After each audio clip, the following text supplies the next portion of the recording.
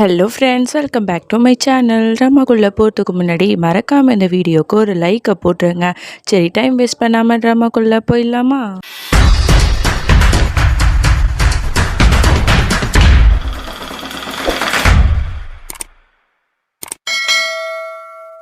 Starting சீனில் நம்மளோட சித்தார்த் வந்து நேகாட்ட வந்து சொல்லிடுறான், இந்த பாரு நேகா, நான் வந்து அன்னைக்கு தெரியாமல் உங்ககிட்ட அப்படி நடந்துக்கிட்டேன்.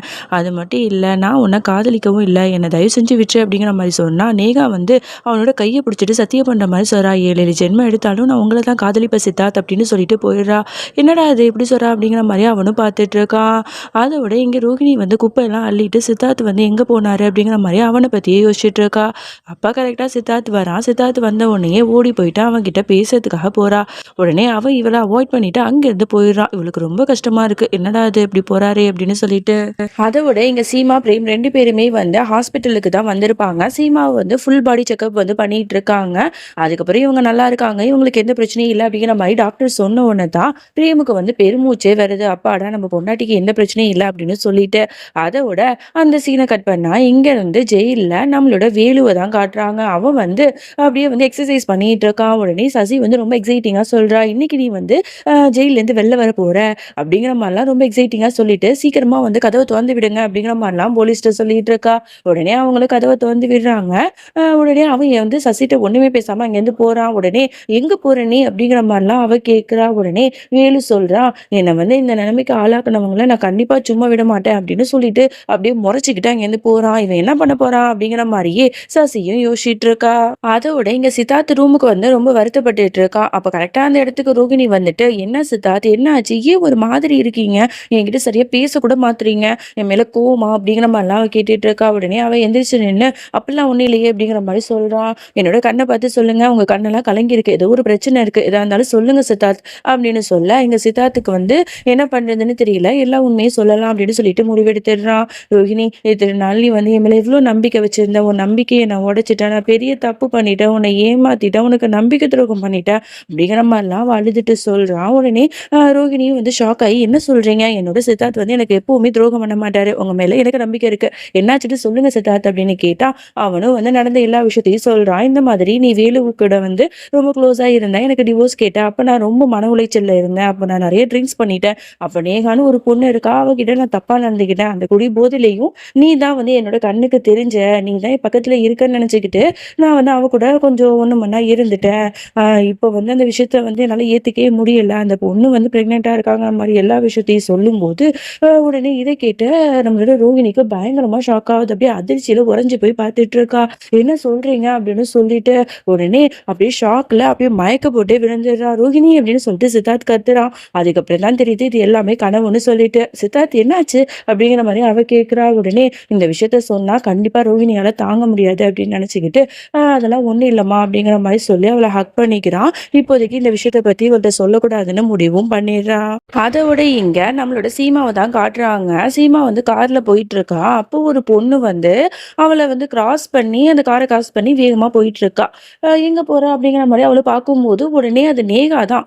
அவ வந்து என்ன பண்றா, மேலேருந்து ஒரு ஆறு மாதிரி இருக்கா, அதுல வந்து அப்படியே குதிச்சிடுறா, தற்கொலை பண்ணிக்க போறா போல குதிச்சிடுறா.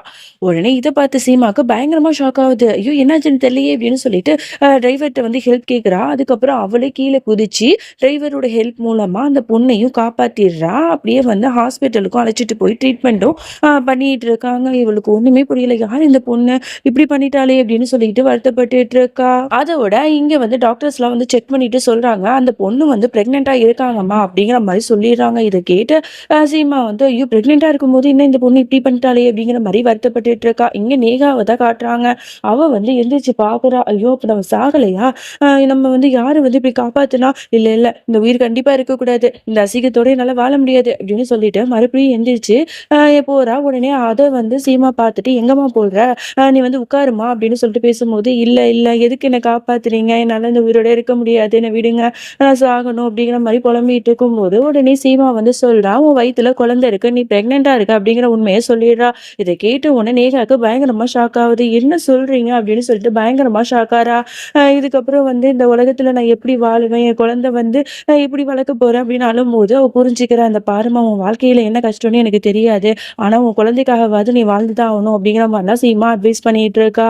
அப்ப வந்து இங்க அப்படியே வந்து சித்தார்த் வந்து ரொம்ப நேகாவ பத்தி யோசிச்சுட்டு இருக்கான். அப்போ வந்து இந்த மாரி ரோகிணி வந்து அஞ்சலி பாப்பாவ தூக்கிட்டு வரா. ஐயோ! அழுதுகிட்டே இருக்கா அஞ்சலி. இப்ப என்ன பண்றது? சீமா அக்காவுக்கு கால் பண்ணுவோம் அப்படின்னு சொல்லிட்டு கால் பண்ணி, "அக்கா எங்க இருக்கீங்க?" அப்படின்னு கேட்டா, "இந்த மாதிரி ஆக்சிடென்ட் ஆயிடுச்சும்மா. நான் ஹாஸ்பிட்டல்ல இருக்கேன். நீ வா." அப்படிங்கிற மாரி சொல்லும்போது, உடனே வந்து ரோகிணி பதறிக்கிட்டு, "யாரோ ஒரு பொண்ணுக்கு ஆக்சிடென்ட் ஆயிடுச்சாங்க.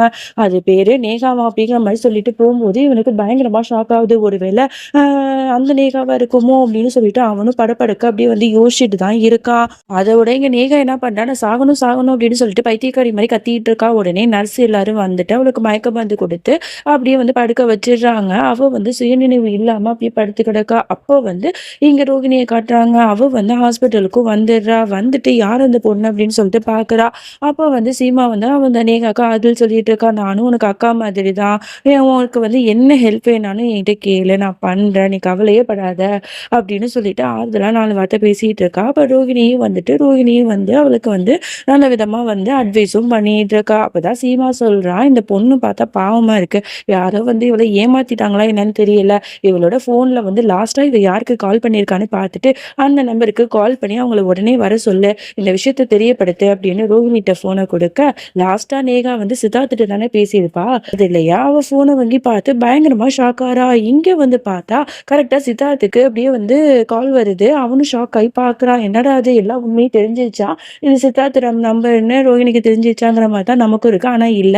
அப்பதான் வந்து சீமாட்ட சொல்றா, "அக்கா அந்த ஃபோன்ல சார்ஜே இல்லக்கா, நெட்வொர்க்கும் இல்லக்கா." அப்படிங்கிற மாரி சொல்லும்போது, "ஓ! அப்படியா? சரி கொஞ்சம் லேட்டா பண்ணிக்கலாம்." அப்படிங்கிற மாரி சொல்லிர்றாங்க. அதோட இங்க சித்தார்த்துமே ரொம்ப வந்து டென்ஷனா தான் இருக்கான். அதோட வீட்ல இருக்கிறவங்க எல்லாரும் ரொம்ப ஜாலியா, சந்தோஷமா பேசுறாங்க. அப்பதான் சீமா, "ரோகிணி எங்க?" அப்படின்னு கேட்கும்போது, சித்தார்த் வந்து எல்லாத்தையும் சொல்லிட்டு இருக்கான். இந்த மாரி ஏதோ ஒரு பொண்ணுக்கு வந்து ஆக்சிடென்ட் ஆயிடுச்சு. ஓ! அதனால வந்து அவங்க போய் அங்க இருக்காங்க அப்படின்னு சொல்லும்போது, "ஓ! அப்படியா?" அப்படின்னு சொல்லிட்டு எல்லாரும் பேசிட்டு இருக்காங்க. இதுக்கு நடுவுல இங்க பிரேம தான் காட்டுறாங்க. ஆஃபீஸ்ல வந்து ஒரு பெரிய வந்து பிரச்சனை போல, பயங்கர லாஸ் போல இந்த வேலு, சசி பண்ண வேலையால. ஸோ இந்த விஷயத்தினால அவன் பயங்கர டிப்ரஷன்ல இருக்கான். இந்த விஷயத்த வந்து வீட்ல இருக்கிறவங்கள்ட்ட சொல்லலான்னு வந்தா, அ அங்க வந்து எல்லாருமே ரொம்ப சந்தோஷமா இருக்கிறத பார்க்கும்போது, இத சொன்னா அவங்க வருத்தப்படுவாங்களே அப்படின்னு சொல்லிட்டு ரொம்ப மனச போட்டு குழப்பிக்கிட்டு இருக்கான். அதோட இங்க சீமா, ரோகிணி 2 பேருமே வீட்டுக்கு வந்துடுறாங்க. எல்லாரும் ஒண்ணா உட்காந்து சாப்பிட்டுட்டு இருக்காங்க. அதே சமயம் இங்க சசிய தான் காட்டுறாங்க. அவள வந்து அந்த சின்ன ஸ்டோர் ரூம்ல தானே அடைச்சு வச்சிருக்காங்க. உடனே அங்க போயிட்டு அவ சாப்பிடலான்னு பார்த்தா, அவளுக்கு ஒண்ணுமே இல்ல. ஐயோ! வயிறு பசிக்குதே என்ன பண்றது? அப்படின்னு சொல்லிட்டு புலம்பிட்டு இருக்கா. அப்புறம் கொஞ்ச நேரத்திலேயே கரண்ட் போயிடுது. உடனே ஐயோ! என்னாச்சு? அப்படின்னு சொல்லிட்டு வெளில வந்து பார்த்தா, பார்த்தவாச்சு வீடு முழுக்க கரண்ட் இருக்கு. அந்த ஸ்டோர் ரூம்ல மட்டும் கரண்ட் இல்ல. என்னது இது? அப்படின்னு இவ யோசிச்சுட்டு இருக்கும்போது, அப்பதான் அன்னிக்காரங்க 2 பேரும் வந்து, "நாங்க தான் வந்து ஃபீஸ புடுங்கி விட்டோம். நீ இப்படி தானே வந்து எங்களுக்கு பண்ண. நான் வந்து எல்லாத்தையும் பண்ணுவோம். என்ன பண்ணுவ?" அப்படிங்கிற மாரி ரொம்ப திமிரா பேசுறாங்க. இதெல்லாம் பார்த்துட்டு உங்கள நான் சும்மா விட மாட்டேன் அப்படிங்கிற மாரிலாம் இவ வந்து வெட்டி வீராப்பா பேசிட்டு இருக்கா. அதோட இந்த பாட்ட நம்ம முடிச்சுக்கலாம். அதுக்கப்புறம் என்ன நடந்துச்சுன்னு நாளைக்கு பார்க்கலாம். பாய்.